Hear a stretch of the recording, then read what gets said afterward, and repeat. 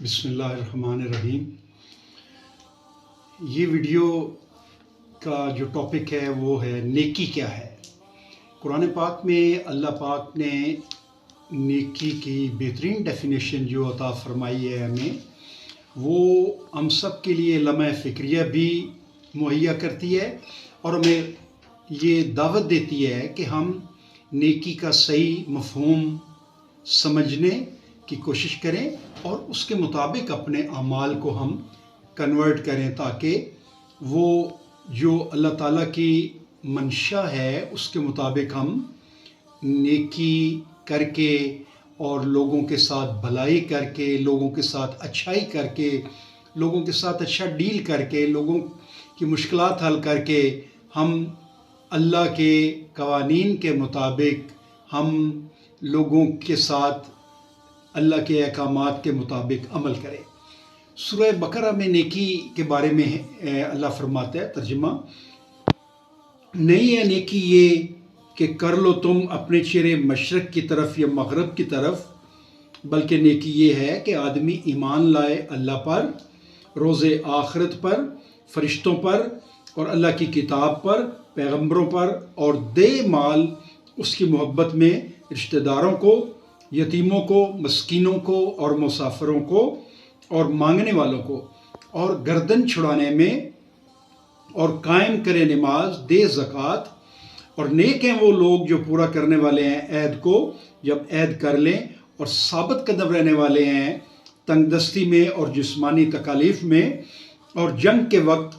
یہی لوگ ہیں راست باز اور یہی لوگ ہیں متقی۔ اب اللہ پاک نے یہ فرمایا ہے کہ جیسا کہ آیت کریمہ سے واضح ہے کہ نیکی صرف یہ نہیں کہ ہم اپنے چہرے مشرق اور مغرب کی طرف کر لیں، نماز پڑھ لیں، یہی نہیں ہے، بلکہ نیکی یہ ہے کہ آدمی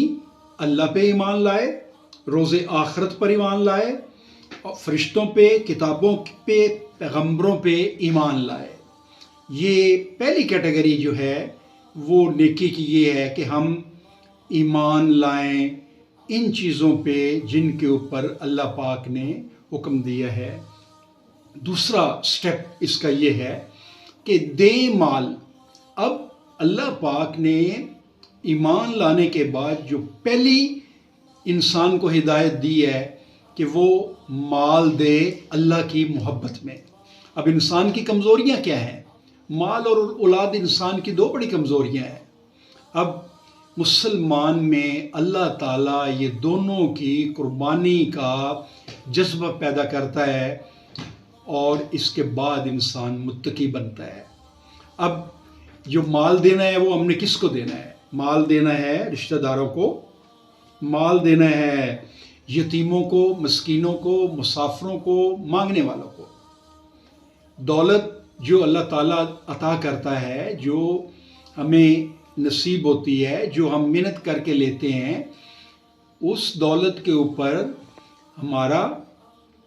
ہمارے رشتہ داروں، بیوی بچوں کا، مسافروں، یتیموں، مسکینوں اور مانگنے والوں کا حق ہے۔ اور اللہ تعالیٰ نے ہمارے مالوں میں مانگنے والوں کا حق رکھ دیا ہے۔ وَالَّذِينَ فِي أَمْوَالِهِمْ حَقٌّ مَّعْلُومٌ لِلسَّائِلِ وَالْمَحْرُومِ، کہ آپ کے مالوں میں سوال کرنے والے اور مانگنے والے اور محروم لوگوں کا میں نے حق رکھ دیا ہے۔ اب حق جو ہے وہ ایسی چیز ہے جب آپ زبردستی لے سکتے ہیں، قانون کے تحت لے سکتے ہیں، تو اس حد تک اللہ پاک نے ہمارے مالوں میں دوسروں کا حق رکھا ہے۔ جب یہ حق رکھتے ہیں تو پھر یہ مال اور یہ سارا کچھ ہم اللہ کے بنائے ہوئے طریقہ کار کے مطابق استعمال کرتے ہیں، نماز ادا کرتے ہیں، ہم زکوٰۃ دیتے ہیں۔ اور نماز جو ادا کرنا ہے وہ ایک سسٹم ہے، ہم اس سسٹم کو قائم کرتے ہیں۔ نماز کا قائم کرنا، صلاۃ کا قائم کرنا، یہ ہماری ایک نظام کا بنیادی حصہ ہے۔ اور جب نماز قائم کر کے ہم زکوٰۃ کا سسٹم لاگو کرتے ہیں، اس کے بعد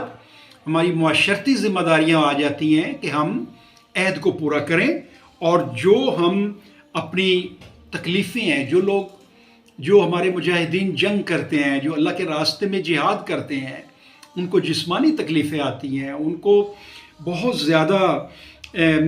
جو آگے ثابت قدم رہنے کی ضرورت ہوتی ہے کہ دشمن سے مقابلہ کرنے میں وہ جسمانی تکلیفیں اور باقی مالی اور جان سے وہ جو جہاد کر رہے ہوتے ہیں ان کو یہ تنگ دستی آتی ہے، اور وہ تنگ دستی میں یہ تکلیفیں جنگ میں جہاد میں مسلمانوں کو پیش آتی ہیں، تو وہ اس میں اللہ پاک فرماتا ہے کہ جو اس میں ثابت قدم رہتے ہیں، جو ان تکلیفوں میں اپنے ایمان پہ قائم رہتے ہیں، اپنے نظریے پہ قائم رہتے ہیں، دشمن کے آگے پیٹھ پھیر کے بھاگتے نہیں ہیں، یہ لوگ جو ہیں یہ راست باز ہیں اور یہ متقی ہیں۔ اب اللہ پاک نے نیک لوگوں کی جو ڈیفینیشن بتا دی ہے وہ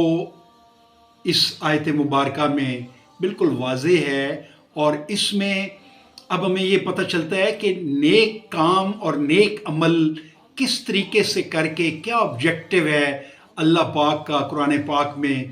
کہ نیکی جو ہے وہ کرنی وہ کیا ہے، اس کی کیا میننگ ہے، اس کا کیا مفہوم ہے۔ یہ آیت کریمہ بتاتی ہے